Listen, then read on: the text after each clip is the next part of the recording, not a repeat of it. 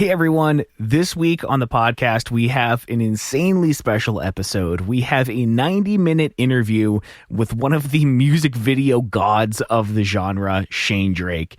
It was so incredible talking to him, and we want to deliver this interview to you without any interruptions. So we're going to shout out our top-tier Patreon supporters at the beginning, our Council of Elders. In this group, we have Andre Prevost, Johnny Leftwich, Jason Carey, Anonymous, Chris Lukey, J.W. Johnson, and Nathan Eshelman. Thank you all so much for supporting the show and for making interviews like this possible. It was so much fun. Please don't mind the recording quality. Things get a little different when we're interviewing people, and it's just a whole different setup. But I really hope you enjoy this interview. We had so much fun talking to Shane Drake. Make sure to check out the show notes for this episode at reminiscentpodcast.com/episode/228 for links to all of the videos that we discussed in the interview and things that Shane is working on in the future. All right, please sit back, enjoy this completely uncensored interview with Shane Drake. Tom, hey, hi.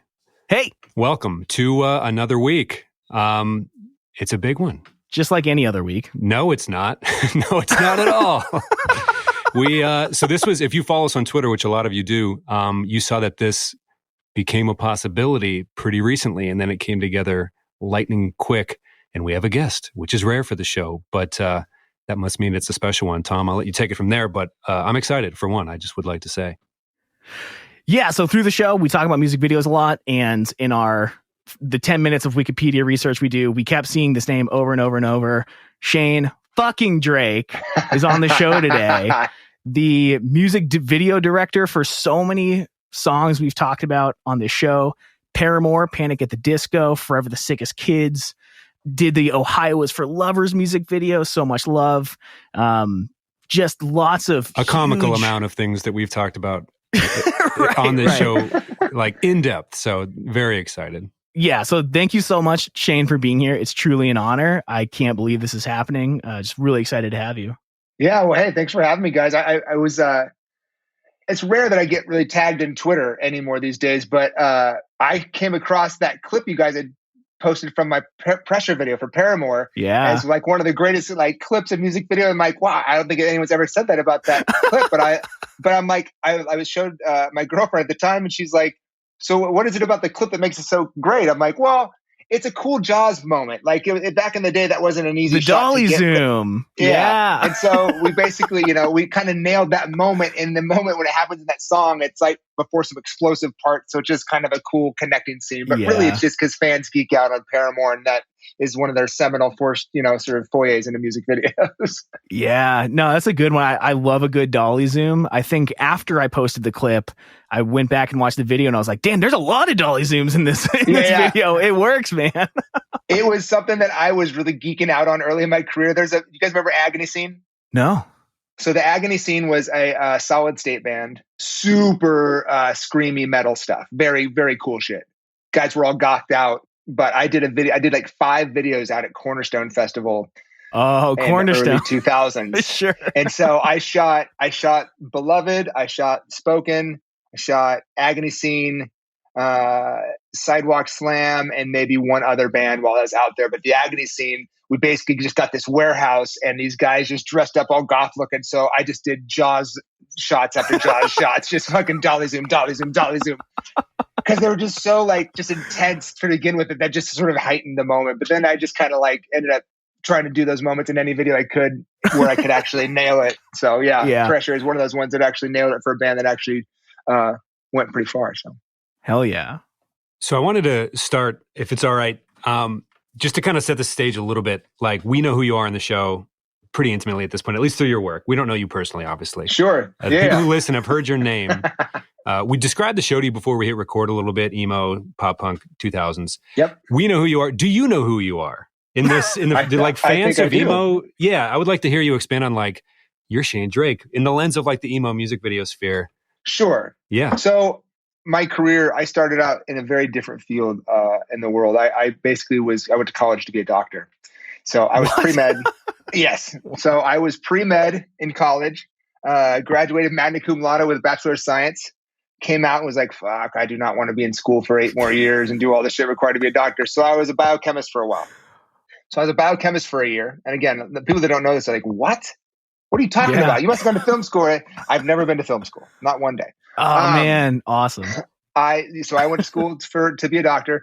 After getting out, I was like, I don't want to do this anymore. I don't want to be in school this long. Even though I was good at it, I was just like, I don't love school. You know what I mean? I love learning shit, but I didn't love school. So after being a scientist and being a biochemist for a year, I was like, you know what? I don't love this at all. I don't love any part of science. Just because I'm good at science and math, I was like, I'm from a small town, and you're like, oh, if I want to make money, I guess I'm going to be a doctor or a lawyer. So I'm like, all right, I'll go use my skill set, science and math. And turns out I'm good at it, but I don't want to do shit with it in the field. Mm-hmm. So after that, I actually started working at a church. I was a youth pastor for a while. I developed a youth group. And after about a year and a half of that, realized that if I was going to keep doing that, I should probably learn more about what I was teaching them. So I went to seminary at Princeton. So my next stop, yeah, I know. This story just keeps getting fucking weirder and weirder. So I went to Princeton for a year of seminary. And after a year, I was like, what am I doing? I didn't want to be in school. Now I'm in school again. So I actually got really, I was like, okay, I'm taking a leave of absence. And I got really bit by the acting bug while I was there. I was doing a lot of stuff out of Philly. And so I was actually in a really kind of cool dinner theater show called Tony and Tina's Wedding in South Philly. Yeah. So sure. I did that for a little bit, and I was like, I'm going to go be an actor. So I decided to move to Manhattan to be an actor.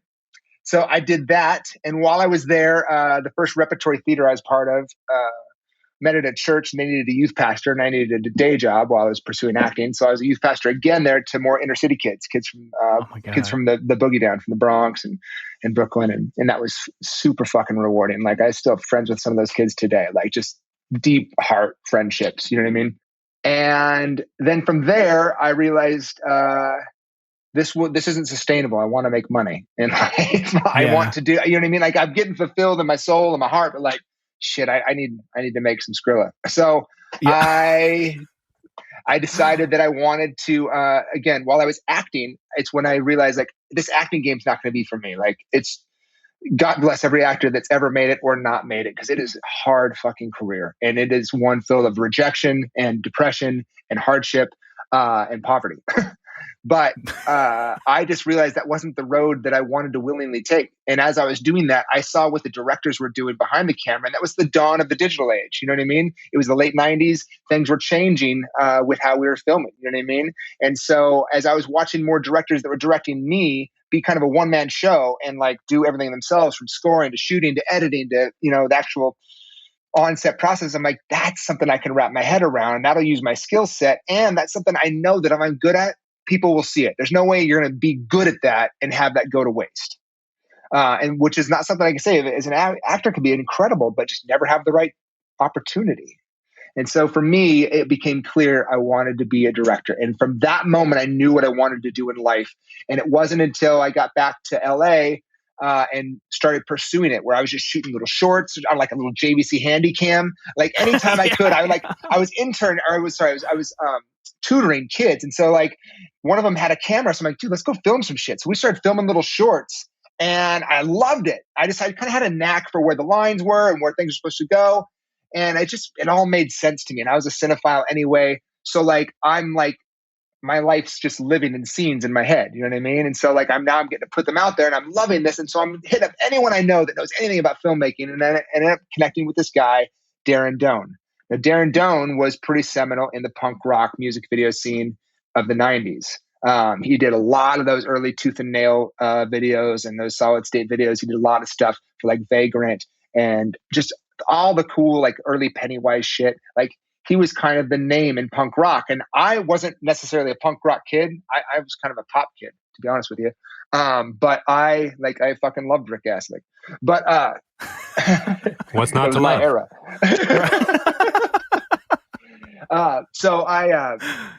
So he ended up kind of taking me under his wing. He liked what I was doing, thought I showed some promise. And so he helped me kind of learn the ropes. So he allowed me to come on and do behind the scenes for him.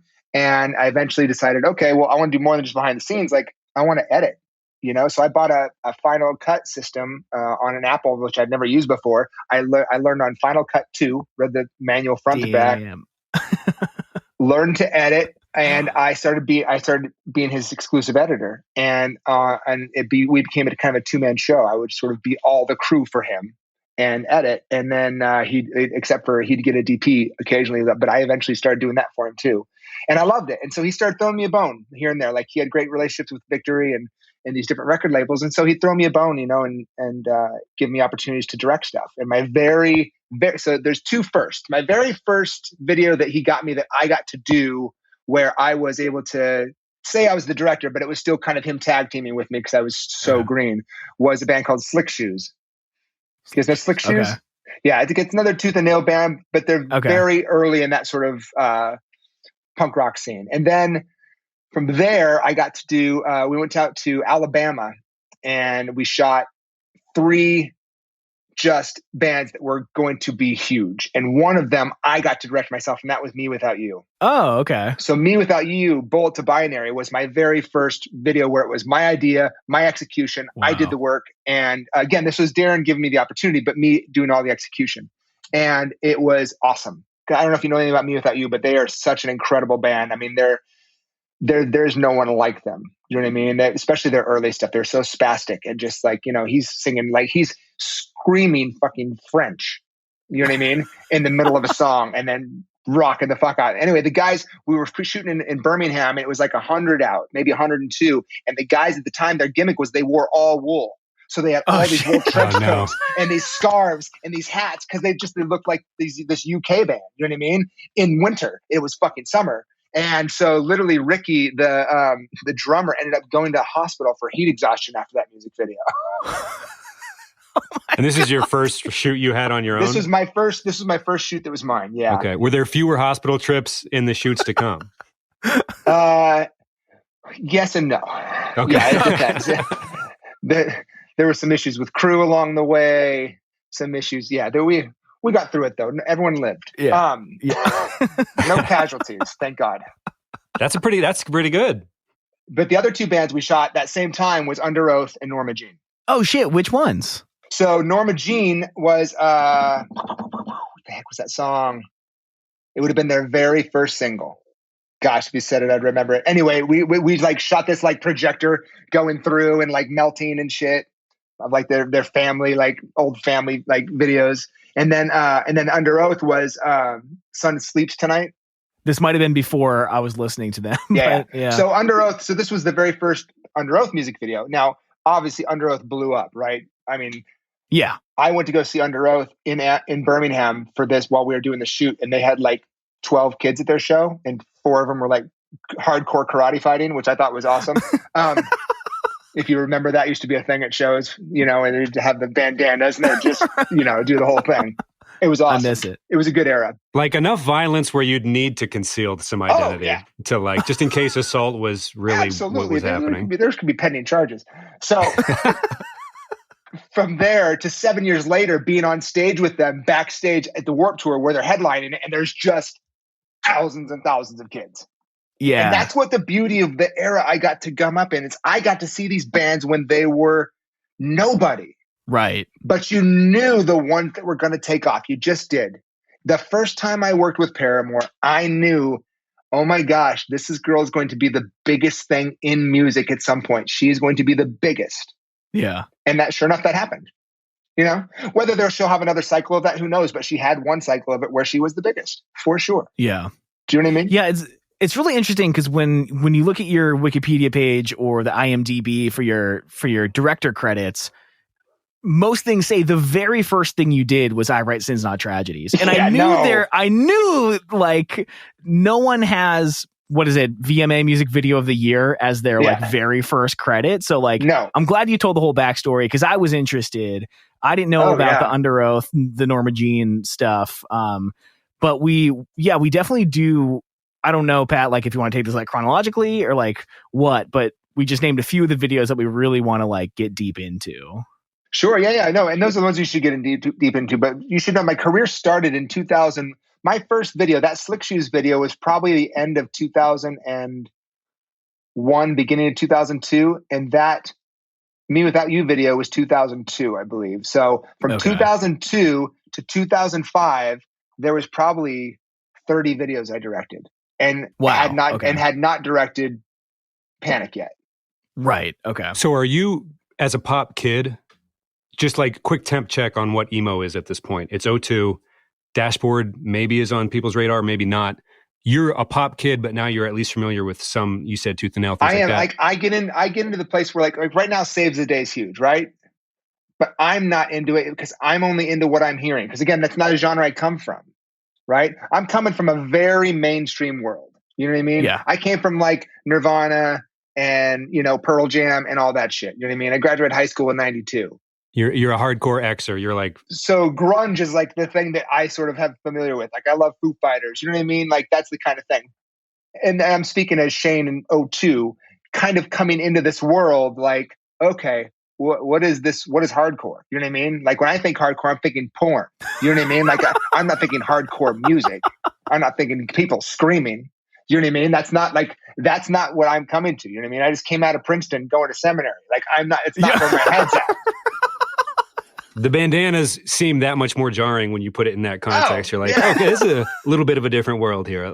Yeah, exactly. But luckily, like I've always had kind of an adventurous spirit, and that's always been what's kind of defined me, is always kind of on the move, finding the next adventure, the next exciting thing to go dabble in. You know what I mean? That's why it was no weird thing to go from one career to another crazy career to a seminary to this. Like that's just my nature. You know what I mean? So to come into this world now, where now I'm in the sort of line of becoming a director and figuring those skills out, and I'm in a world of music that I've never heard before, that doesn't turn me off. That turns me on. That gets me excited. That's like, oh shit. So let me hear more. What is this? What are all these guys doing? You know what I mean?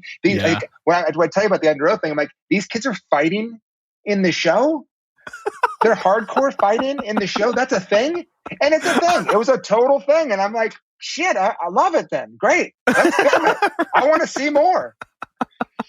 I don't want to be in it, but I want to watch it. Did the fresh perspective allow you to come in with more or less creativity with some of the first videos there? You mentioned like, did you have to understand some of the culture first before making a ton of decisions? Or was there a process there, like learning a little bit about the scene itself? There is definitely a process. I mean, look, it's a learning curve, right? Because the scene was not only a unique genre of music, but a very snobby one. Like if you don't know the lingo, if you're not watching Strong Bad and you're not fucking, doing all the shit, like you're a fucking dork. You know what I mean? But it's like, so you had to learn the subculture around the music as well as the music. Yeah. You know what I mean? And then here I am in 2005.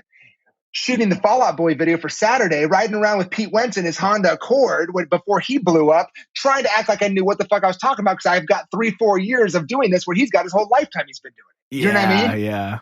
And those are the situations you're navigating, and with each time you're learning more and you're growing more. You know what I mean? And luckily, guys like Pete and Patrick and all those dudes were very cool to me and very open to like discussion. You know what I mean? Because that's when straight edge was a big thing too. When you remember Pete was part of that whole scene, and so having my own sort of convictions about faith or whatever I've got, that I sort of wholeheartedly dive into, allowed for those kind of cool conversations in those environments too. But again, in doing that, I'm not doing it to antagonize. I'm doing it to learn where you're coming from. Right. You know what I mean? Well, I'm glad you said 05. And Tom, I don't want to just like steal any of your thunder or whatever, but just like time frame wise, I didn't want to jump from 2002 to 2005. Just for some context, Tom and I met watching a Homestar Runner video. So it's very, very funny you mentioned Strong Bad. Homestar, what up? I hate that freaking marshmallow.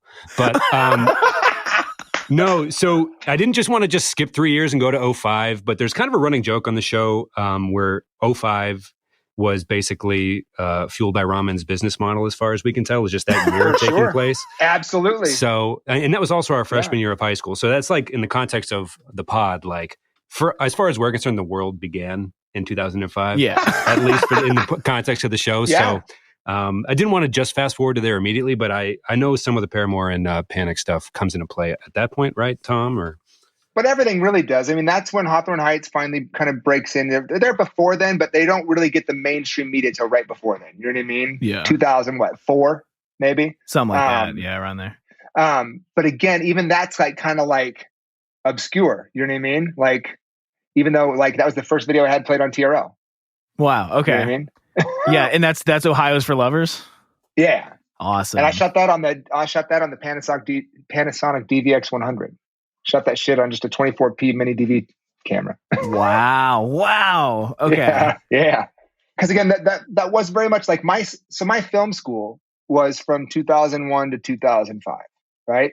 That's my 4-year stint of film school was actually being on sets, shooting stuff with Darren, you know what I mean? Sort of help being assistant to him, and then figuring out my own feet and my own thumbprints on set as the director for my stuff. And so that's finding any band I could get, local or regional, that was needing something to be done. You know, so I did videos for anywhere from $500 to $5,000, but that was the range for the first 4 or 5 years. You know what I mean? Yeah. The first video I did over $7,000 was I Write Sins, Not Tragedies.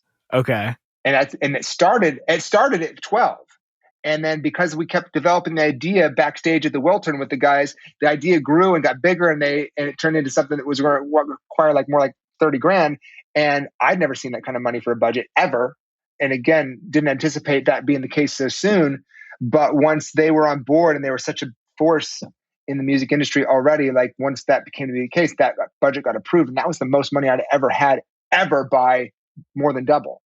Yeah. You know what I mean? Well, because that album itself, the production had like a famously low budget because they weren't proven yet. So yeah, I think I remember hearing like Brendan did all the vocals for the album in like a day or 2 days, when usually that's like a 2-week process or something. But and but he's magical. Oh yeah. I mean, boy, he's a sing. unicorn. So you any kind of weird things you say about him, he's a unicorn. I mean, we did a video for that video for Ready to Go, where he'd never done a flip before, and he was supposed to do some choreography. He's like, just like this, he goes and does a flip. And I'm like, oh yeah, have you ever done that? He's like, no, I've never done that before. And so he learned the choreography for Ready to Go. If you haven't seen the video, I highly recommend it. The song didn't chart very well, but man, I love the video that we did. And there's a lot of dancing in it. He learned all that dancing in the course of a day. Damn. Yeah. The kid's just a unicorn. No, that's incredible, man. And I knew that from day one. I knew that the second I turned the camera on for the very first take of his performance take. The very first performance takes we did with him are the ones where it's a low, wide angle, and he's in the outfit with the cane, and he's kind of coming into camera like this. Those were the very first takes we ever did of him. And those first takes, I leaned over to my producer, Brandon, at the time. I said, this guy's a fucking superstar. He's going to be a gigantic star. King of pop. Sure That's what I call him. And now he's been a lead on Broadway. He's had hit songs, hit albums, hit concerts. He's going to do way more. Yeah. Sure. No, that's really cool, man. I mean, I think it's especially awesome that your career, like you said, was taking off with these bands, and you got to grow with them and adapt with them. You know, you are now a better director than you were on their last album cycle. So now you can, a lot of these bands, you stuck with them, which I think is really, really cool. It's a lot less me sticking with them and them sticking with me. You know what I mean? Like, it's never me being, fuck you guys, I'm done with you. I've never done that ever. Okay. But they have. Yeah. Right. But again, in all fairness, it's because bands have to evolve and grow. You know what I mean? Music is an art form, and art isn't stagnant. Art is constantly growing. It's a living, breathing entity. And so that requires different tools at times, different soil, different hands doing the potting. You know what I mean? And so whenever a band moves on to do a different director for a string of videos or forever, I totally get it. It sucks. And there's a little bit of sadness for sure. I'm an artist too, and that hurts, but I get it. You know? Yeah. No, that's fascinating, man. It is like nice trivia when it's like, oh, this band has always gone to Matt Squire for production. They've always gone to Neil Avron. Sure. But I mean, some of the craziest and most magical and beautiful things happen when you shake things up a little bit, when there's a new person, a new brain, a new creative mind in the room. So I could see some sadness with that, but you have to understand and appreciate the reason for that. Yeah, for sure. Some of my questions today will be like fake question, real question. Okay. Probably trying too hard to be silly, but while we're on the topic of panic. No, be silly. Right.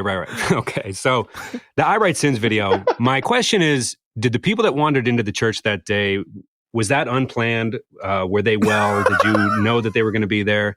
But the real question hiding behind that is, you get a band out of Vegas. Did they come with the Cirque du Soleil stuff, or did you have really the real question is, how much creative energy comes from the band or you, or I'm sure it changes, but I'd love to hear your experience there. Sure. So this process was pretty unique. I was pitched the idea of doing this video from John Janik, who was my main sort of guy that was feeding me videos for the longest time. Obviously he's gone on to do much bigger and brighter things from that. But I had done Fall Out Boy with him. I'd done Paramore Misery Business, and I think maybe we had done Paramore Emergency. Can't remember by then. But anyway, and then we did like some other kind of cool Fueled by Robbie. I did a Less Than Jake video that was really fun, and a handful of other ones that we really got to be close on. And so he really trusted me at this time. So like for him to have entrusted me with this in the first place was like, wow, he knows this is the band to be right now. And he knows the momentum.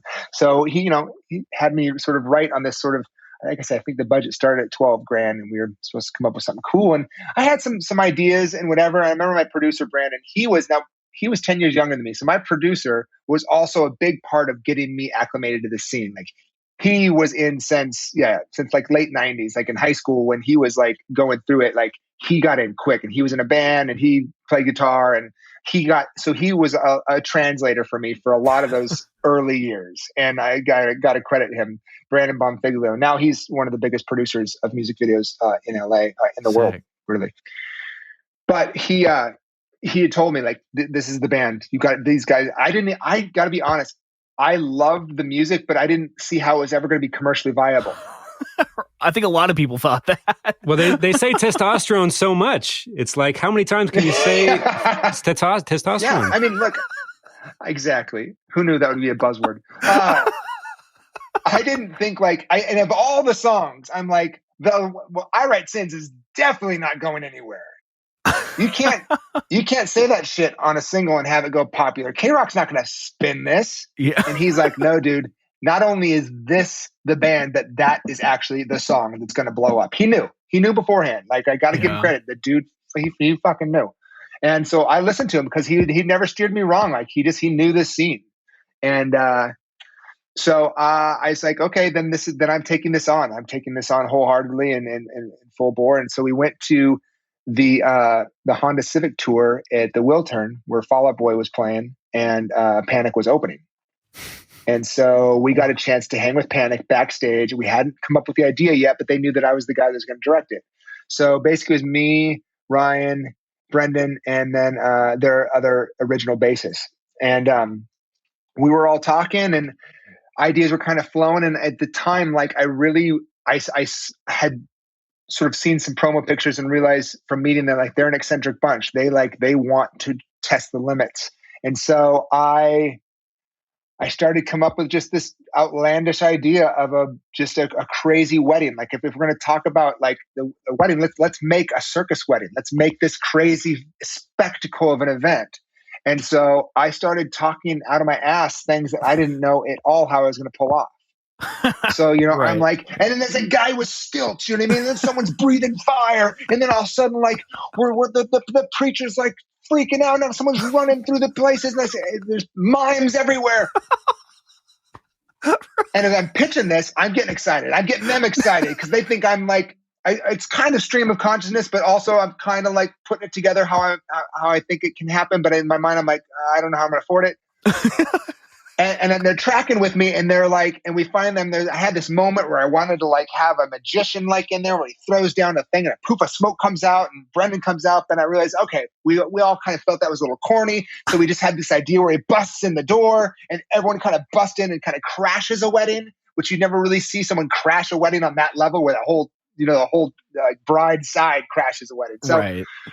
So we had that be something that we thought was going to be like, okay, this is all very cool. This is all developing. We brainstormed very well together. Me and Brendan and Ryan all had a good creative kismet energy. And so by the end of it, we came to this idea and every detail you see, we talked about that day. Wow. We talked about at the Wiltern. Everything you see in the video, we discussed either me pitching at them or them counter pitching. We came up with the idea there. And at that point, I was so psyched because I told John about it. I'm like, hey, it's going to cost like this much. And he's like, all right, let's do it. And so we were approved like to do it. And so not only did I have this crazy idea, but I had the money to pull it off. And it was more money than I'd ever seen. Right. And mind you, I'm still $50,000 in debt from undergrad in Princeton. Sure. So I'm like, having a budget of 30, I'm like, shit, I can just run off with this money and pay most of my college debt off. I didn't really think that, but that was the comparing numbers. I'm like, wow, that feels like so much money. That's the kind of money that's keeping me from feeling like I would have an anchor tied around my leg the rest of my life. You know what I mean? Yeah, for sure. Yeah. Also, you don't have to soften college loan takes on this particular program. We're right there with you. Yeah. You should have taken it and set it on fire on their front step for sure. So. Oh man. So I went that night. I remember after the show, we were all at the little sort of green room after party, and everyone's drinking, and I'm talking to all the people at Atlantic because there was a crossover even already then with Fueled by Ramen and Atlantic, and I'm talking to the Atlantic folks, and I'm talking to Fueled by Ramen folks, and I'm getting drunk, and my producer's trying not to get as drunk because he's got to figure out how to get home, and he could have had to babysit me a lot. And then I remember at one point, I'm pitching the idea to everyone because I'm so psyched on it. We came up with this crazy idea, you know what I mean? And I'm pitching it to everyone just so they can be excited with us. And at one point, I am pitching to John Janik and one of the managers. I think it was Scott Nagelberg, and I was double fisting. I had 2 Coronas, and I was talking and I was pointing. I was spilling. And at the end, and I didn't mean to do this. And I said, and I was like, just kind of building up. And I'm like, who's going to pull it off? This guy. And literally doused myself in beer.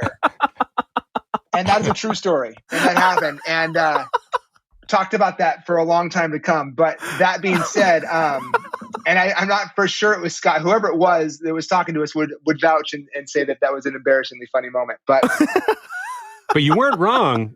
You weren't wrong. You said that there's going to be mimes everywhere. And I've never thought about it like this, but there are mimes everywhere in that video. You did exactly what you set out to.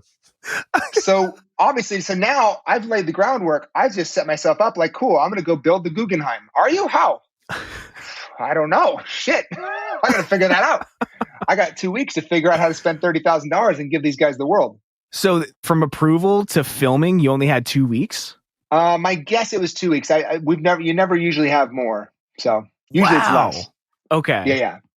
So from there, it's pooling resources. It's finding everyone you know that can help with anything. And so one of my buddies who was another artist, and he was a DJ, and he just was kind of this good resource for random shit. And so me and Brandon were asking him if he knew of any kind of circ type people, because he was kind of tied into that crowd. And he's like, actually, you should meet my friend Dream.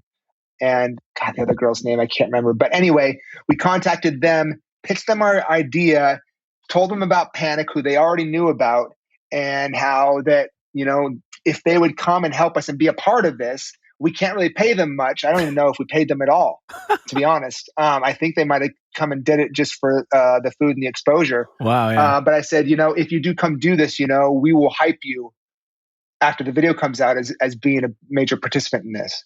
And then that's what happened. And so that's how we got that crew of people. And they came on, had such a great experience, were such wonderful, lovely people that they ended up going out on tour with the band for a part of their tour. That was Wow. part of their stage show. It was them coming and do some of their theatrics on stage. And so that really helped in that way, and helped kind of solidify them on the map of that circ world. You know what I mean? So the video actually was a real benefit for them as far as I can remember, as far as memory serves. It ended up being real helpful for them. But that's how we got them. The mime side, most of the mime side is friends and family. Okay. Awesome. A couple of my interns still had friends in high school. So some of those are high school kids that she went to high school with. My ex-wife was one of the mimes. The whole side of that party is mostly friends and families of mine and my interns and my producer. That's incredible. So we only the only actor we hired, I think, Daniel Isaac was the McGuffey or Guffey. So no wait. So Okay. the only actress we hired, the bride, Okay. as an actress, and she was still a friend of my intern, but we actually hired her as an actress. But Daniel was my intern. Oh, that's right. We wrote an article about that. I didn't write it, obviously. Oh, okay. Got it. That's incredible. So Daniel was my intern, and obviously he had a great look. He also was he knew the scene backward and front. He knows what's cool, knows what's in, what's not. And he was just had a dope look. You know what I mean? Almost like a young Christopher Walken or some shit. So I was just like, dude, I don't know if I asked him or I told him. He'd know better. But either way, I knew that he needed to be, and we've kept in contact a bit here and there, and I think he's off doing something. He's doing well though, I believe. Iron Chef. And it's interesting. Right? So we occasionally we'll throw a blog up just to play the SEO game because we don't want to not be found as a show. But one of the most Googled emo questions is who is, and he's your intern. Who is the groom in that video? People are wildly curious. Yeah. So he was my intern. Our website gets very little traffic, and there's like thousands a day for who is Daniel Isaac. Was it McGuffey? And it's like that SEO is just perfect. So like everyone wants to know who the fuck that dude is. It's great. Yeah. He was an intern that had the right look at the right time. You know what I mean?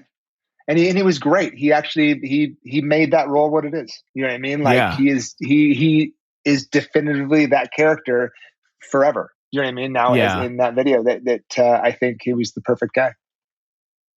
And to hold your own on the same screen as Yuri, who's doing his thing at 11. Oh yeah. He didn't shy away at all. He just, he's very much, I don't know how I or anybody, like kudos to him to just be like, hey, stand here and Brendan Yuri is going to go nuts and do what he does. If you don't know him, it's going to be special. And a lot of it was that because again, the timing of him coming over the shoulders and speaking this sort of conscience of everyone was part of it. But at the same time, like how he's going to come up and the bases he's going to give, like those were all instinctive for him. You know what I mean? Like I'm not saying, hey, now grimace or like smile or he's coming up and he's being like the perfect character. You know what I mean? And Daniel and the bride are just letting that happen without having it affect their world directly. You know what I mean? Like they're that might as well not even exist to them. And it was great. You know what I mean? It was really like how I gotta be honest.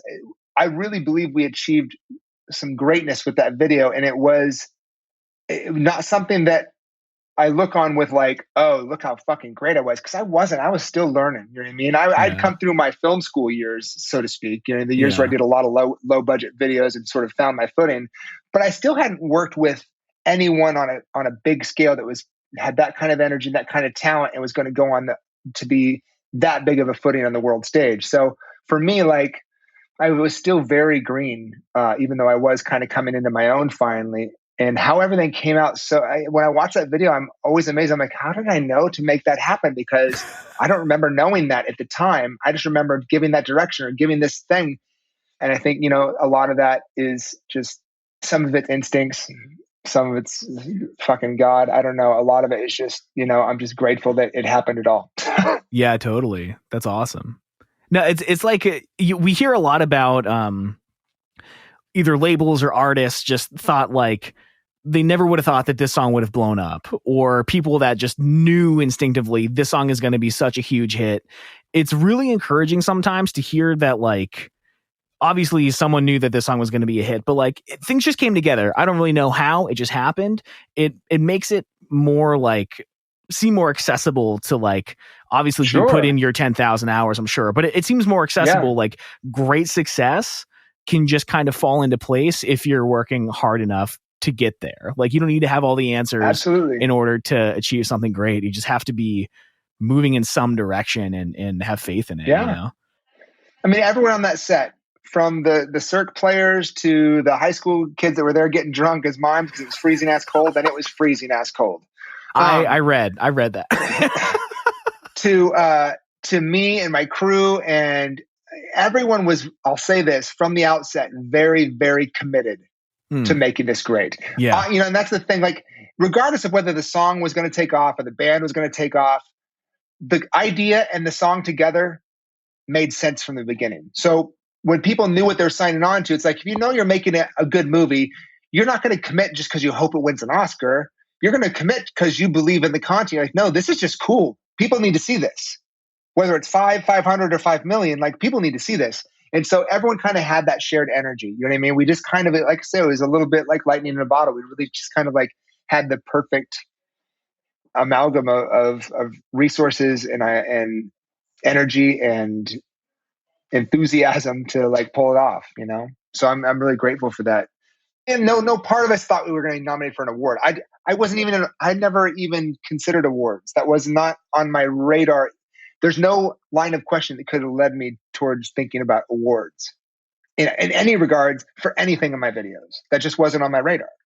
You know what I mean? I was just hoping Fuse would play them. That was all I gave a shit about. Because that was the thing. For the first 4 years, most of my videos played on Fuse. Yeah. You know? And we were watching them, I can guarantee it. Yeah, we were watching them all. Yeah. So that was my sort of like, every time something got on Fuse, I'm like, I made it. Yeah. You know what I mean? That was enough for me. At the time, that was enough. I'm like, shit, I said my videos play on TV. You know? The first time I got on MTV Headbangers Ball was that video for the Agony Scene I told you about earlier. And I was like, holy shit, I'm on Headbangers Ball. This is really cool. You know what I mean? I can't imagine how validating it must feel, especially because, you know, you said you took your career path and your interests or whatever took so many turns. At some point, you had to leave everything behind to pursue this. And, you know, in how many other simulations of this universe did it not work out? You were just happy to be in the one that did. So, like, I feel like that must have, I can't even imagine how incredible that felt. Well, dude, I mean, like I said, awards not on the radar. MTV VMA Awards, which still mattered at the time because MTV still played videos. TRL was still a thing. There were still music video shows playing. Like in 2005, we made the video. We shot the video in December of 2005. And then in 2006 is when it got nominated. And it didn't get nominated till like, you know, towards the summer. And when that happened, I was blown away because it was the last thing. I'm just thinking, like, how am I going to get the next video? How am I going to, you know, the biggest thing that came out, the first thing that came out of the Panic video was the second video I got. The second video I got was for But It's Better If You Do. And they just gave me to that directly for an $80,000 budget. And I'm like, I'm rich. It's over. I'm done. I'm rich. Fuck it. I made it. Retiring today. Now, yeah. Mind you, that mask right there is actually from Bet It's Better If You Do. That was hanging up in the club that he was playing at. Oh, cool, Nice. man. Do you have like props all over your house from video sets? I used to. I've since gotten rid of a lot of them. Like I had all the like red, yellow boots from like 9 PM and all that shit, and all the mustaches. Cool. But yeah, I ended up doing a big purge of all my stuff about 5 years ago and just got rid of everything I owned, and it was wonderfully cleansing. So I got rid of most of the stuff. Then, but I've got like. There's the symbol that I might as well just show you guys. So this was the symbol from that Pressure video. Nice. So the whole band signed it, and I knew then to have them sign it because I'm like, this is going to be very cool someday. Even though this was like 2003 or 4 when we shot that video, or 5, I can't remember, but it was a long time ago. And I'm like, yeah, sign it. Zach was 14. Yeah, I know. He's wearing like his nicest polo. Dressing up for the big day. And I loved it. I'm like, all right, let's tear it up. Let's get all sweaty. Actually, that takes us, or I had another question kind of about Paramore, if you don't mind me using the segue. Joke part of the question is, did you personally go grave digging for the dress Haley wears in the Emergency video? / did you said you had them sign that symbol. The real question hiding within that is, did you feel a sense of responsibility being the projector? Like you're what brings them to Fuse. Looking at these young stars, did you feel a sense the weight of what emo was about to explode into, working with these really young people who are about to take the world over? And you're like in charge of their visuals at the moment? Yeah. With Paramore in particular, yes. Okay. Paramore captured a place in my heart very early on because they were all so young, very impressionable. Jeremy was like 22, I think, so he wasn't a kid anymore, but still younger than me. But they were all so young. Haley and Josh and Zach, and all so impressionable and so like wide-eyed at what's going to happen and what could be. Like Brandon too, my producer, we were pretty tight-knit family there for a while. Like whenever Paramore would come to town, I'd go spend time with them, not just prepping for a video, but to spend time with them, shopping at record stores or grabbing a bite. Like they were, they were like the closest band I've ever gotten to since, because I did feel like, gosh, you guys are in for a ride. You know what I mean? It's going to be bumpy. It's going to be bumpy. There's going to be money, but there's going to be tears. It's going to be awesome. It's going to be hell. And sure enough, all that proved to be true. You know what I mean? And so in the beginning, like, I was able to kind of give just life advice here and there, just because I had just a sort of a mentoring feel for them feeling towards them. Whether they received it that way, I don't know. I feel like they did to some degree, but I think, there was also a lot of voices like mine in their ears. So, I think figure out who to listen to and who to say, fuck off. Yeah. I think that became kind of a regular part of their, daily life. But I think that there was a genuine closeness between all of us for the first few years, those first, 2 album cycles, when I was doing all their videos, that I think that we really did bond. And then there was a sense of me wanting to kind of give them any insight I could to watch out for pitfalls, you know what I mean, along the way. But you asked a different question before that one. Oh, I was joking a little bit about, and I'll expand on what we've talked about on the show before. I joked if you had gone grave digging for the dress in the emergency vid. So my ex-wife and I, one of my favorite things to do is wardrobe. Okay, cool. I've always been a clothes guy. You wouldn't know it from my ripped shirt, but I did these rips. I made these rips, so I guess kind of. I've always just been a clothes guy. I've always just dug fashion. I've just dug that part. So when it came to music videos, I got to start making cool wardrobe choices, which I loved doing. And I love distressing shit. And so my wife at the time, now ex-wife, she was someone that was kind of having helped me be a stylist. And so I picked that dress out with Haley, and then my wife and I at the time distressed it. And so that's a complete creation from us. And that actually hung in the Rock and Roll Hall of Fame, I believe, for a little bit. Wow. It might still. I'm not sure. Amazing. What was the process of distressing like? Were you just rolling around in the dirt, or what did it look like? It's a matter of like, ripping shards, and like we had a sort of dirt gravel, driveway. And so going in there and kind of skidding it and stuffing it, you know what I mean? But also it's like, it's finding like the right kind of like rock skids across the patterns and across the material. You're not wanting to look like you did it. You want it to not look like you did anything. Right. You know what I mean? But at the same time, you want it to look like this just got picked out of antiquity. You know what I mean? Yeah. What happened to this person? Did they get hit by a bus? Yeah. And if so, you want to believe, and you want to know, oh, that was like a Mack truck. Oh, it was probably a blue Mack truck. It probably had a grill like this. And you rip the things open like this. Like I could see it. That's gruesome. Wow. She's wearing that fucking dress. Crazy. Right. We feel like we got hit by a truck after listening to All We Know Is Falling. So we definitely can relate to what that feels like. Well, the thing about Emergency was this song that was such a visceral reaction with me when I first heard it. I'm like, oh my gosh, this is so good. It so speaks to like, not only where they really were as a band, like, hey guys, there's danger up ahead. This is an emergency. It's good. This is great. You're on the brink of something wonderful, but man, it's an emergency because there's a darkness underneath it that's coming along with it. You know what I mean? It comes along with any kind of success in any field. But in this one, it's a little bit more front and center. So when we're making this video, I kind of wanted to show like, hey, like, I want to show you guys broken. I want to show you broken and beaten. I don't want to show your countenance just downtrodden. You know what I mean? Like you've been through what I feel like you're about to go through, but I want to see it now. And if you go back and watch that video, they all nailed it.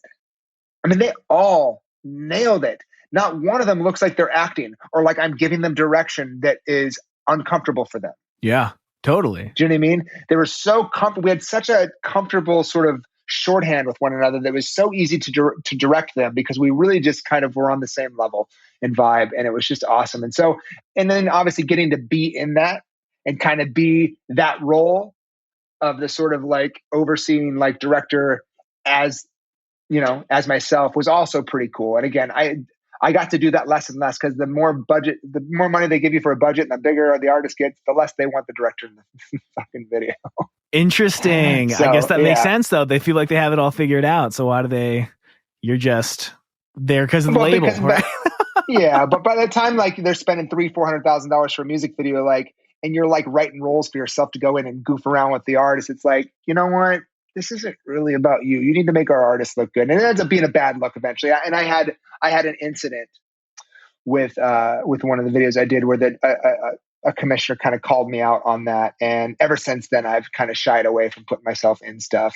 And I think for good reason. I think they had a good argument to be made for me to keep my face out of things.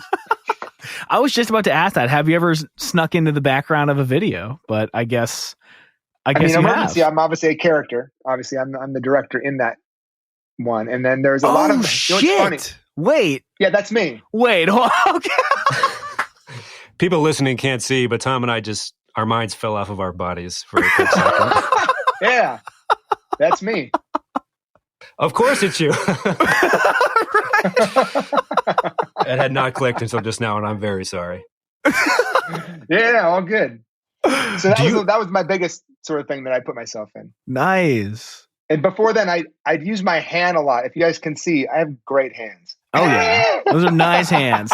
Gorgeous. But in all honesty, I put my hand in like 5 videos before because there's usually some dumb thing where someone needs to like grab someone or reach in or grab something. And I'm like, I'll just fucking do it. My hand's good. So that's why on my Twitter page you can see occasional hand model. Yeah. Okay, that makes sense now. That's so funny. Wow. But again, I haven't done that in years. Yeah. Okay. It's funny because sometimes you'll see like if there's a boat moving through water, there's like a shot of water, and I've always been like, are directors kind of bored getting the B-roll? And it's funny to hear you be like, I guess it'll be my hand, whatever. So it's just kind of like interesting to get into your mind. Keep it simple. Yeah. 2 quick Paramore takes, and then I'll pass the ball back to Tom real quick. But I'm very curious to hear what you say. The first one is, I'm going to say them both and let you just kind of think about it because they're stupid. But we feel pretty strongly about Paramore being Gen Y's Fleetwood Mac. And then the other one is there was the Rachel haircut in the 90s. We would go as far as to say that Hayley's red hair could be and should be called the Hayley and would apply to the 2000s of equal popularity and mimicry. I'd say that you're closer on the second one, but there's some validity to the first one. I think the second one for sure.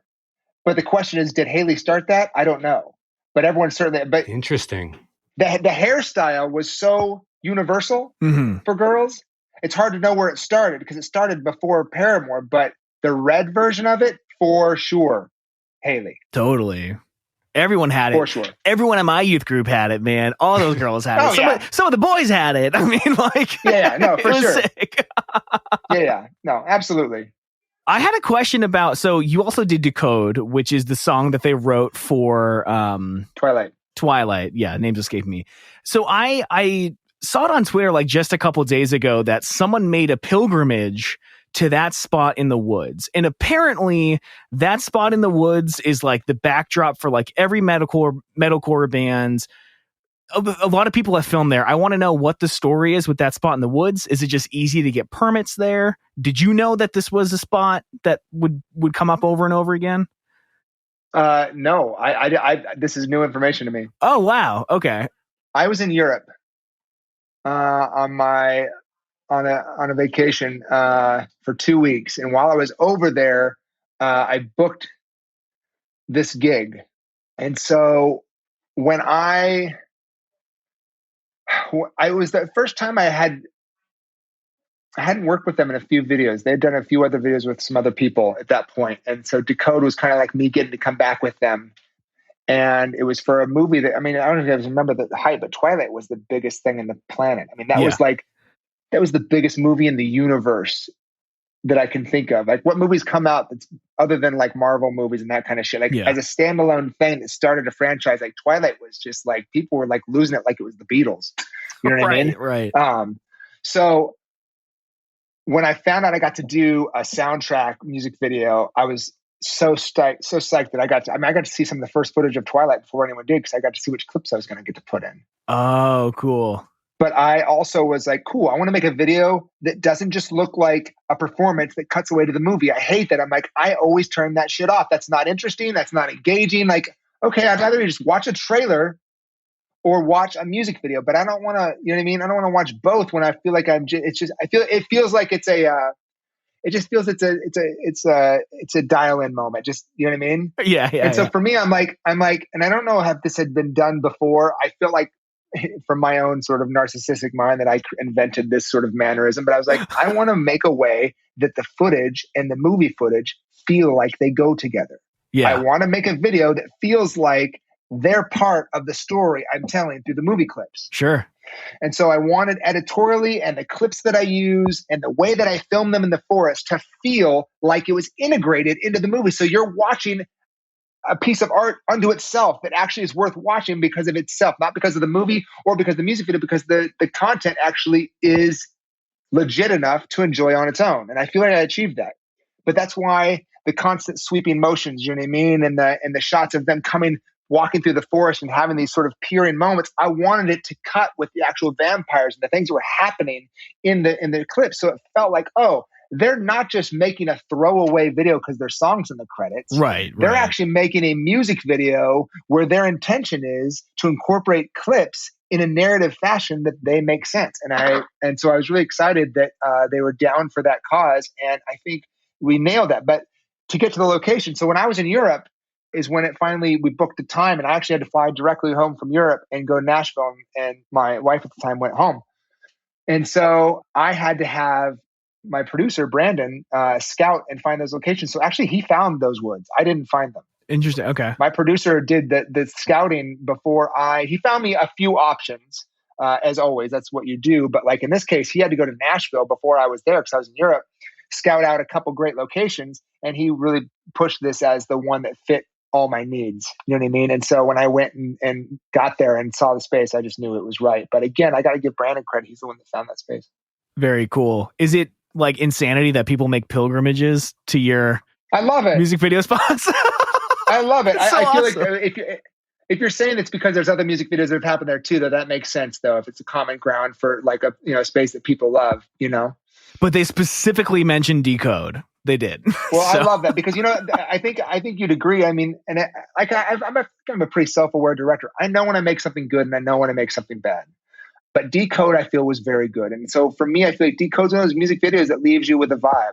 You know what I mean? You leave that feeling a certain way every time. And so it doesn't surprise me that people want to go experience that feeling again in the location. That doesn't surprise me at all. That sounds very much in line with what I would want to give the viewers, that experience of something they want to go chase and go find. Well, I think you definitely achieved it. I mean, we were not a part of emo Twitter before starting this show.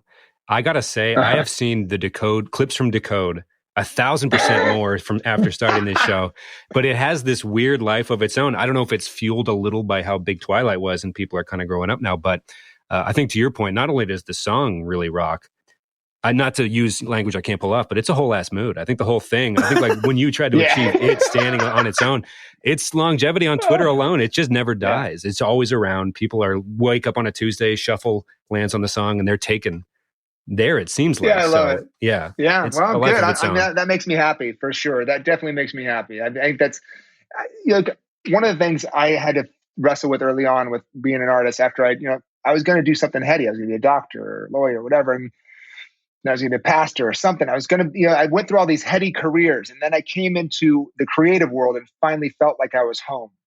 And part of that feeling that like I was at home was wrestling with this responsibility with making art. You're going to influence people. You know what I mean? Even if you make bad art, you're going to influence people. And so my whole intention from the beginning has been trying to determine how I'm going to best present my art in a way that actually leaves people affected as positively as possible. And it's not like it's about positive and negative content, because sometimes you need the negative shit to appreciate the positive. But whatever I do, I want to do with excellence. And I want to do it in a way that I give it my 100. I don't want to phone anything in. You know what I mean? And when I do, and I have, believe me, I have. And those videos are harder for me to watch because I'm like, you were in a different space there. You weren't where you needed to be. You weren't present. But for me, it's my goal as often as possible to be fully present so that I can leave something that's left to breathe and grow and be an entity unto itself. You know what I mean? When someone finishes a painting, they may leave it, but the painting exists and has to exist as an experience for everyone else who watches it. And so I think that trying to make music videos, which it sometimes just boil down to making, commercials for bands who are nerdy, who need to look cool.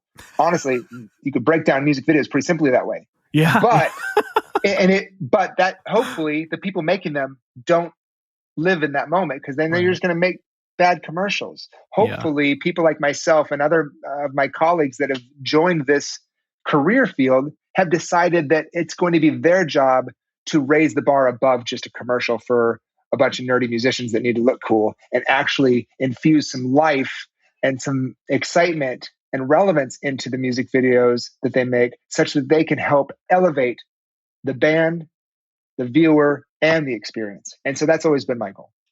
Yeah, I mean, and I think we definitely see that. I think that's why we end up talking about so many of your videos, because especially in the genre, I mean, it wasn't the biggest.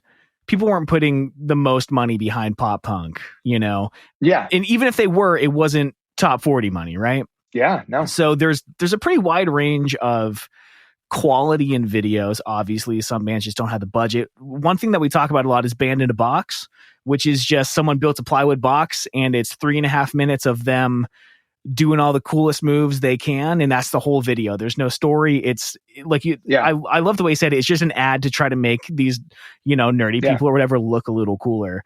So when it comes to the storyline, there's also some videos where they follow the lyrics very literally. Sometimes it's totally unrelated.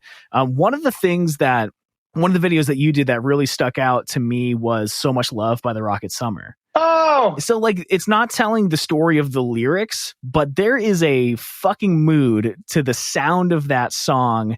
And I think the video is so fun in that it's so complimentary, but it's not literal in any way. It's not trying to reinvent the wheel with some kind of crazy narrative. It's just people of all different walks of life magically appearing through a piano and they dance. It's that simple, but it's so good. And I definitely did want to hear some about that video because we really enjoyed that one. Wow, that's one I always forget about.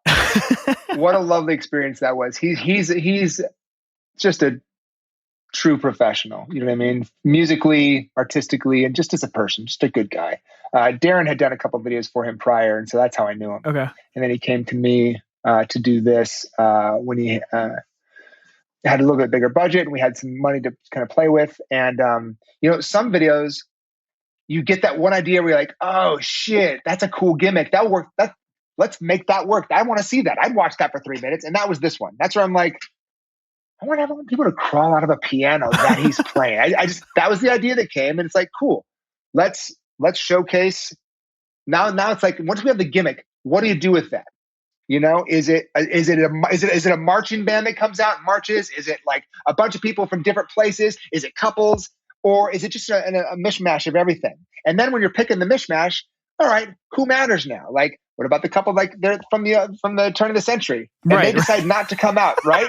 That's now that for me was an ode to my Panic videos, right? Where they're always kind of weird and kind of trippy like that. Where I'm like, okay, nope, not going to do that on this one.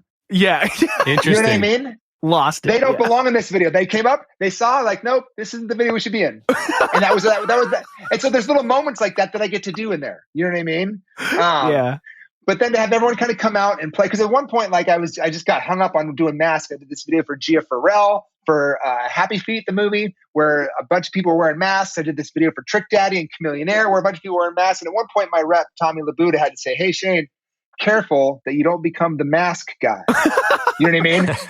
And so at the same time, I'm thinking, I also don't want to be like the, era guy, because I did this video for New Year's Day where we did a lot of era stuff, and I've done stuff with Panic where we did some era stuff. So I'm like, okay, in this video, the two people from the era scene come out and say, nah, not this time. Yeah, that's great. That was me saying, cool, I'm not going to do that here.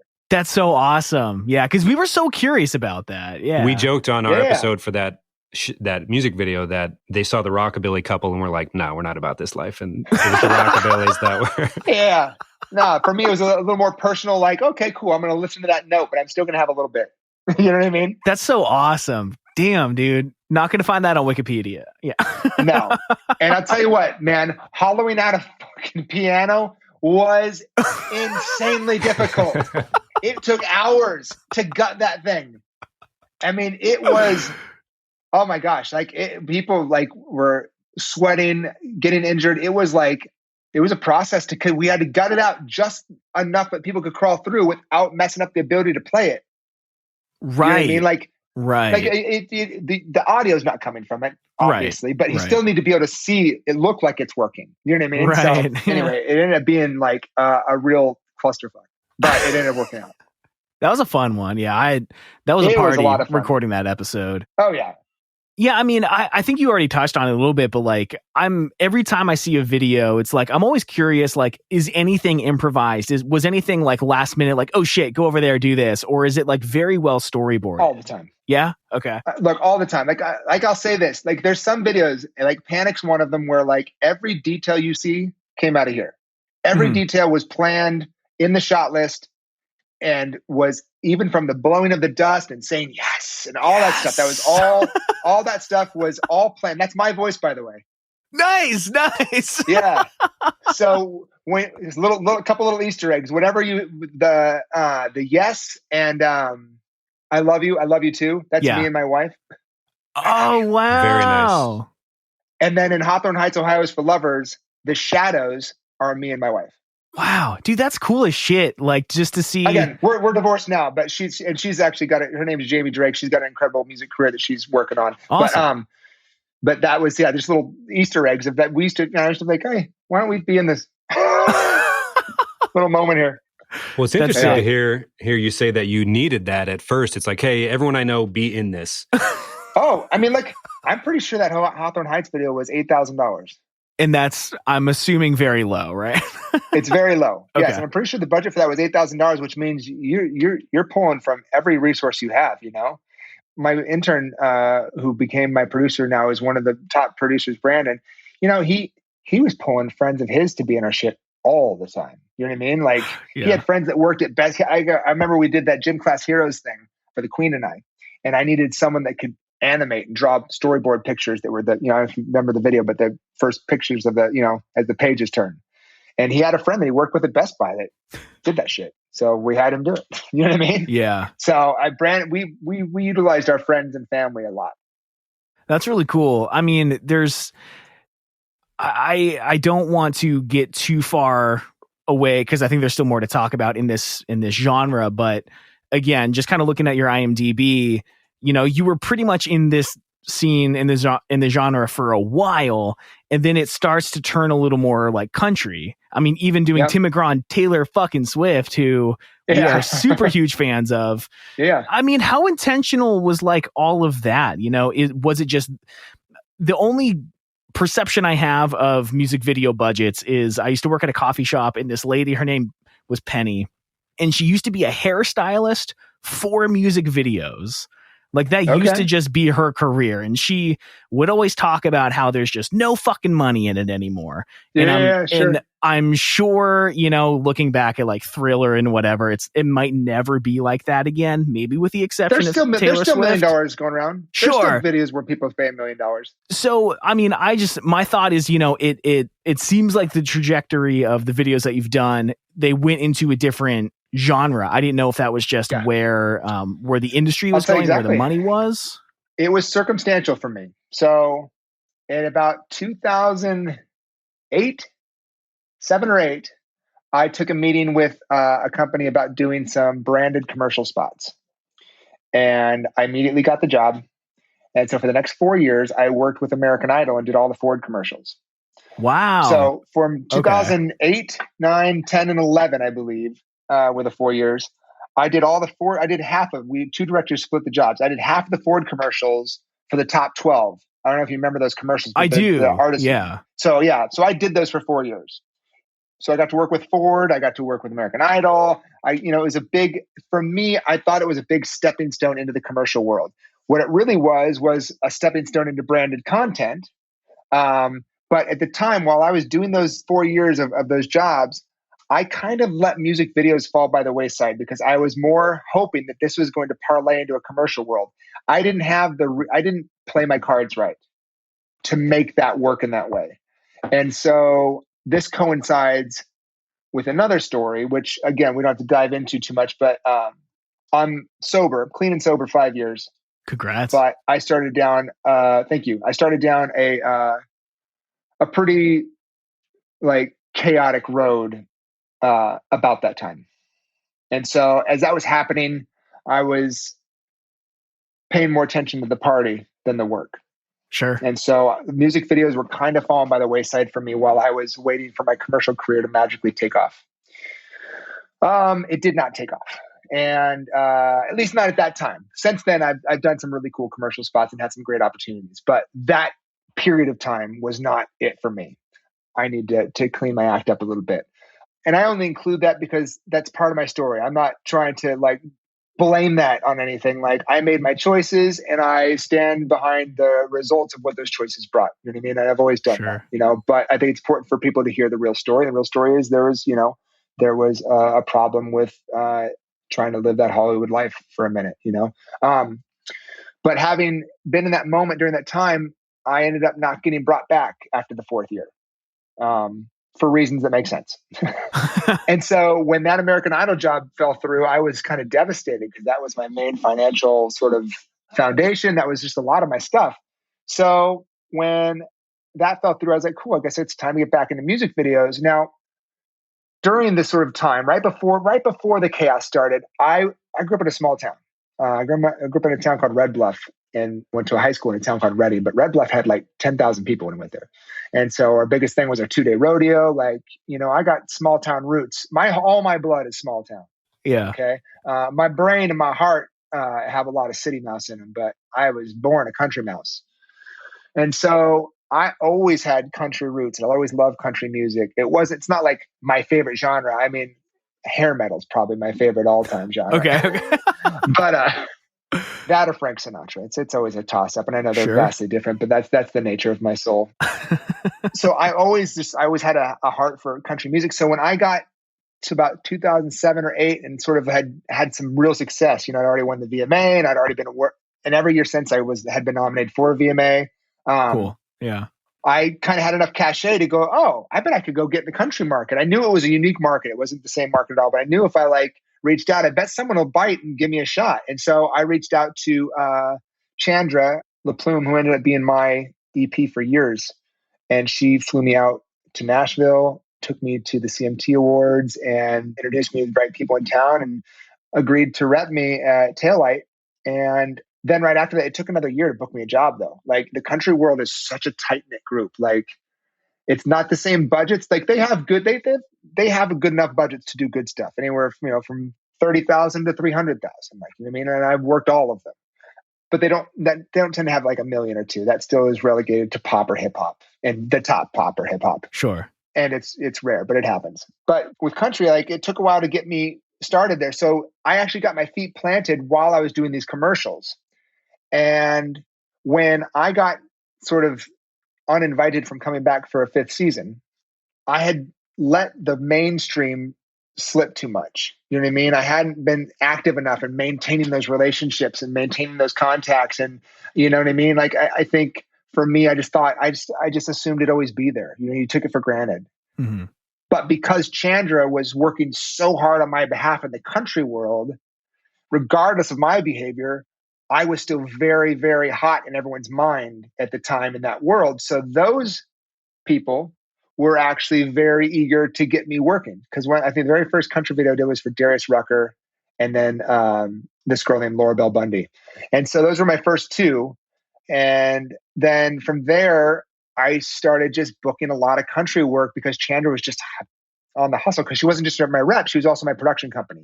Okay. So they really stood to gain from my success as well as I did. So as she was hustling me there and I sort of American Idol fell out, it's kind of like the path of least resistance. Like, these people are asking for me. These people are like, where did you go? Yeah, totally. Well, the where did you go crowd is a crowd that I could have spent time reworking that, or this crowd asking for me right here and now was like, all right, let's do this. You know what I mean? Right. And so that's what I did. And so in pursuing that, things took off like gangbusters in the country market. Next thing you know, like, this market doesn't even remember I used to do this shit. You know what I mean? Right. They think of me as a country guy, and you can really get pigeonholed in that way. You know what I mean? Because I've done more non-country than country by a long shot.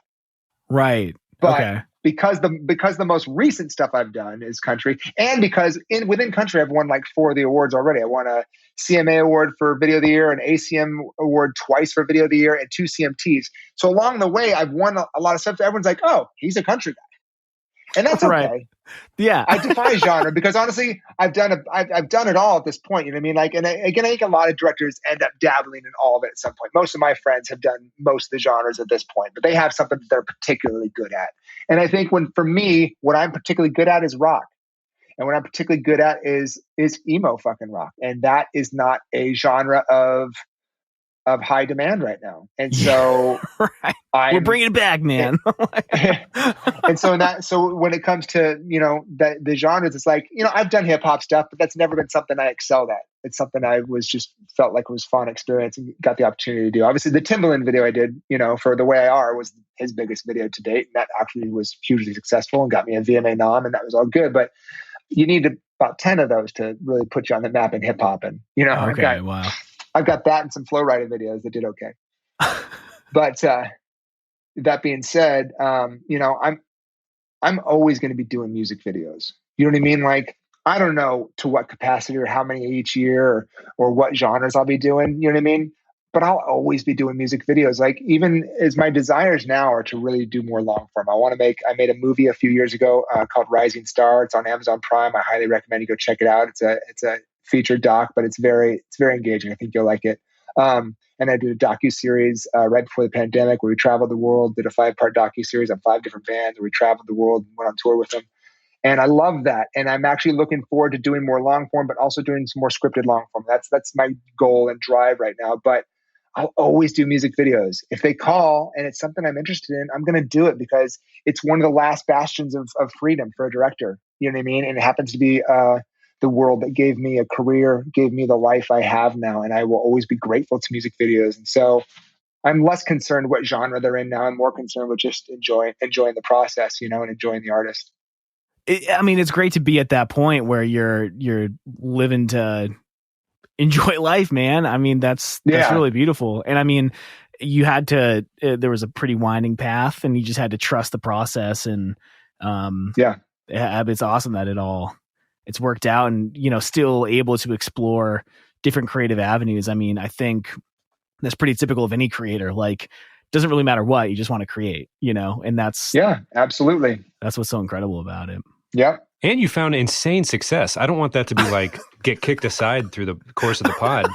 You're like, have won at every level. You were like, I don't want to be a doctor. I'm going to be one of the most successful music. Like, does that, you're allowed to do it here on the Emo Pod, Gloat a Touch. You have done so many, we listened to those Flow Rider songs at homecoming or whatever after we had watched Fuse all day. So you influenced our lives and we watched American Idol. So we have watched so much of your stuff, even not knowing it. Not knowing at all. Yeah, sure. You have touched a lot of what people our age and that would listen to this show have seen and are all about, like, pretty intensely. Have you ever reflect? That means the world to me. You're still moving forward, granted, but do you ever reflect on, like, you've had a great career, man?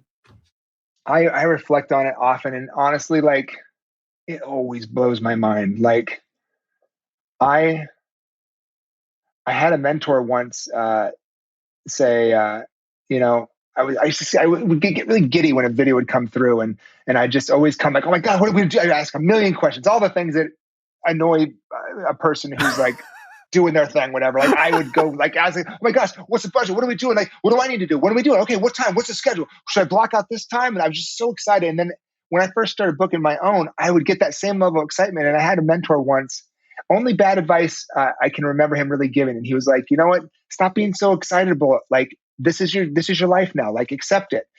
And I get the sentiment. He wanted me to accept, like, you've stepped into the shoes that you were trying to step into and you found it, but relax a little bit. And for me, I'm like, fuck that. I want to be so excited about everything that I do and every move that I make. I don't want that to stop when I'm 80.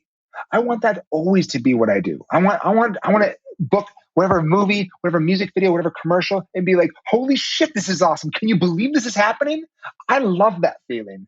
Because that feeling, to me, it keeps me grounded. Like, it reminds me, like, you weren't promised this. You weren't owed this. You were granted this through hard work, opportunity, and a strong fucking, gift.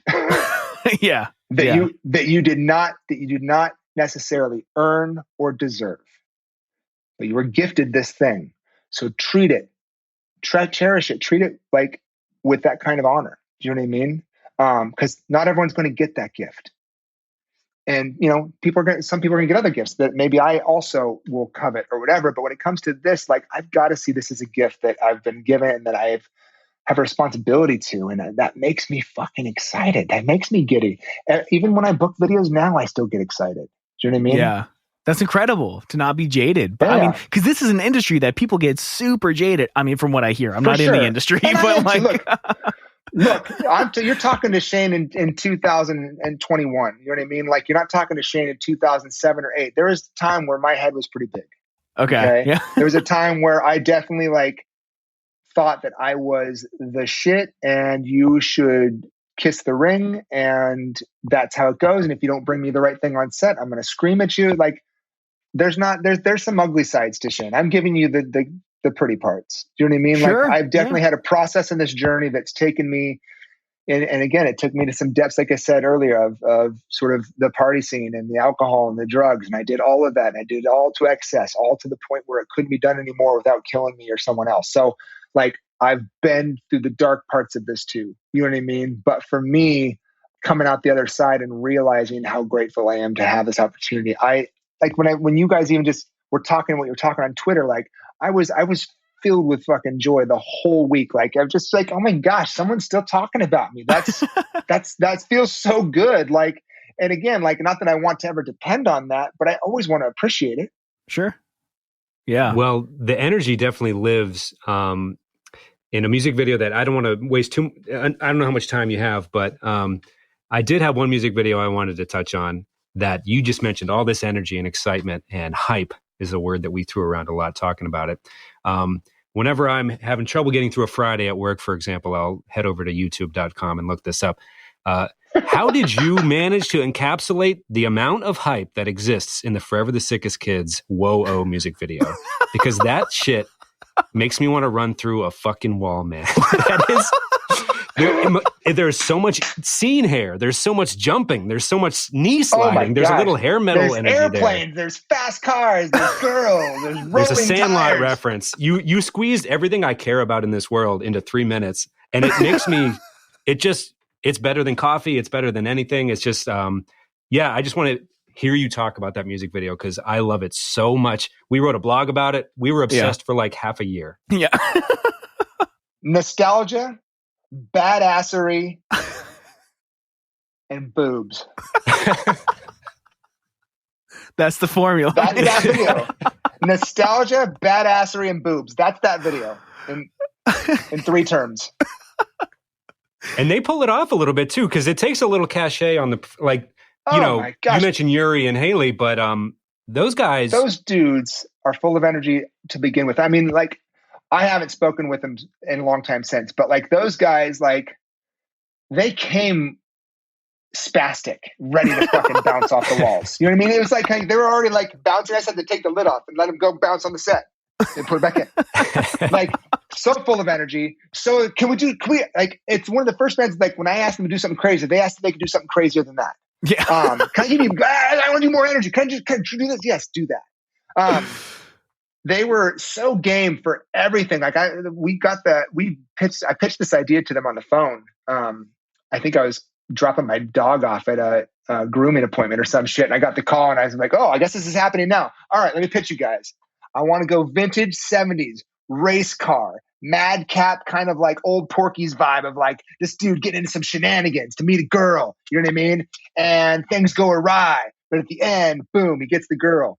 And I want to have like old homages to like what kind of fanfare would have happened at those old races, or at those like even like Evel Knievel kind of conventions where like people idolize those that were like pushing the limits. You know what I mean? Where like sign my chest and like, you know, just people just freaking out because these not because anyone famous was around, but because these people were doing something that was just so balls to the wall bananas that it was just mind blowingly impressive. You know what I mean? And so that's why we did a whole vintage color pass on it. Wanted the whole thing to feel just dripping in just nostalgia. You know what I mean? And that's what we did. And we found these guys that had these cars that were willing to like fucking blow down the runway over and over and over again. We got found an airport that was willing to give us their strip for a day.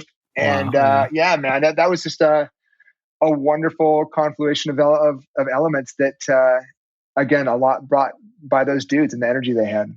It's interesting to hear you say that because we joked when we did the episode on that music video. They named the song Whoa Oh. Like the whole concept of that idea is like, what if it was only hype? There's no only lows. It's just whoa oh. So you took that and made the music video all hype. And it's just like, no, we'll never turn down ever. This is just, we're going to go until something stops us. And a car crash does, but he gets the girl. So it works out. Yeah. But even then, he finds a way. right. Oh my God. Well, dude, this has been like, again, such an honor, such a dream. Half of the show is just appreciating your music videos. Dude, I love that. We never know, like, going into it, like who the director is, and I'm excited for like future times that we're like, Shane Drake, man, yes, he's back, man. Like, it's super exciting. I mean, is there anything? I know that you mentioned like a docuseries, a documentary. We'll link it all in the show notes. Is there anything that like people need to know about what you're working on, things that you're super proud of, anything that people should check out? I've got a couple scripts. One in particular that I'm very, very excited about. A story about this kid who was in a band called Everyday Sunday, and he basically they were like one of the number one Christian bands in a while for like one of their album cycles, and this was like in the 2000s. They'd done really well, and we were friends because I'd worked on a couple of his music videos, and he ended up had a wife, had kids, and ended up coming out a few years back. And had that whole turmoil around that. And in that story, he had to face a lot of heat from the industry, but also found a way to sort of maintain who he was and his faith and find the acceptance that he's always been sort of looking for in the identity that he's always been kind of hiding and running from. And so this is a dear friend of mine, but it's also, he was on The View and he was on a bunch of other shows. It ended up being kind of a big story. But anyway, we got that script written by Jay Asher, who wrote 13 Reasons Why. Okay. And so that's a script that we are very excited about right now. That has been written and that we're now going to start developing. So sick. I mean, what is the timeline? It's going to be hopefully within the next year or two. But yeah, it's going to be a very powerful film that I think is important for everybody to see. Okay. It'll be on our radar for sure. And are you directing it? Yes. Okay. Yes, I'll be directing it. Okay. Awesome. Well, I mean, I'm very excited about it. I've definitely got the documentary, the docuseries to consume in the meantime. But yeah, I mean, I'm excited for whatever the hell you do next. It seems like check out Rising Star on Amazon Prime. Yeah. It's about an artist named Griffin House. Again, a dear friend of mine, and a very relatable story that you'll definitely be encouraged by. Awesome. Man. Can I slip one more question in real quick? Sure. Do you know Mark Webb? I do. Yeah. You do? Do you know Alan Ferguson? We're not homies. Yeah. Okay. I know all the guys. I like to imagine that you're all sworn enemies because you're the three people that we talk about on the show, and it's like, sure, I imagine. Yeah. Look, Mark Webb has. If this is where I'm at in my career, Mark Webb's not even in the camera anymore. Okay, the dude's been hugely successful. Way out there because he's doing like Spider-Man and shit, or what? Right? Oh yeah, I mean he's made a number of films now, and he's done a number of television shows. Like he is a phenom. You know what I mean? I love that people compare me to him, but I admire the guy. His work is impeccable, and he's someone that definitely led the charge in that scene in a lot of ways. And he's just incredible, but we're not close friends. I've talked to him maybe twice. And he definitely knows who I am, but he's someone that I highly respect in that regard. And Alan too. I mean, Alan's just a good soul. You want to get some calming vibe. Just go hang out with that dude for like 5 minutes. He's just like he's the whole package, but he and I have talked plenty, and he definitely was, a great competitor to have out there because he was such a genuine article of a person, you know what I mean? So, but yeah, wonderful guys. None of them tight friends of mine, but very much people I respect and admire in what they do. Well, it's cool to hear you mention your relationship with Ferguson specifically, because, you know, Tom and I, all we can do is talk and look on Wikipedia, and, you know, we can, you know, but it's cool to hear, like, we imagine you guys maybe pushed each other a little and kind of, because you were right there doing. Oh, all three of us at some point did. Probably Alan and I more directly, because we were more in the similar level of the scene. Mark was kind of a few steps ahead of us at the whole time. But Mark, I'd like to think Mark got pushed a little bit from me. But for the most part, I think all the directors in that genre, even ones that are the lesser knowns, we were all it's highly competitive.